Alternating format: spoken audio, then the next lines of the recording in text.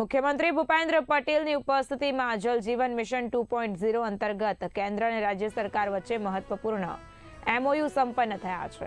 આ MOU દ્વારા રાજ્યના છેવાડાના વિસ્તારો સુધી નળથી જલ પહોંચાડવાનો સંકલ્પ વધુ મજબૂત બન્યો છે. મુખ્યમંત્રીએ જણાવ્યું કે રાજ્ય સરકાર દરેક ખૂણે પરંતુ પૂરતું અને સ્વચ્છ પીવાનું પાણી પહોંચાડવા કટિબદ્ધ છે. આ MOU રાજ્યના પેયજળ વ્યવસ્થાપન અને ગ્રામ્ય જનજીવનના ગુણાત્મક વિકાસમાં માઇલસ્ટોન સાબિત થશે. કેન્દ્ર સરકાર માર્ગદર્શન, ફંડિંગ અને મોનિટરિંગ કરશે, જ્યારે રાજ્ય સરકાર અમલીકરણ અને ટેકનિકલ સપોર્ટની જવાબદારી નિભાવશે.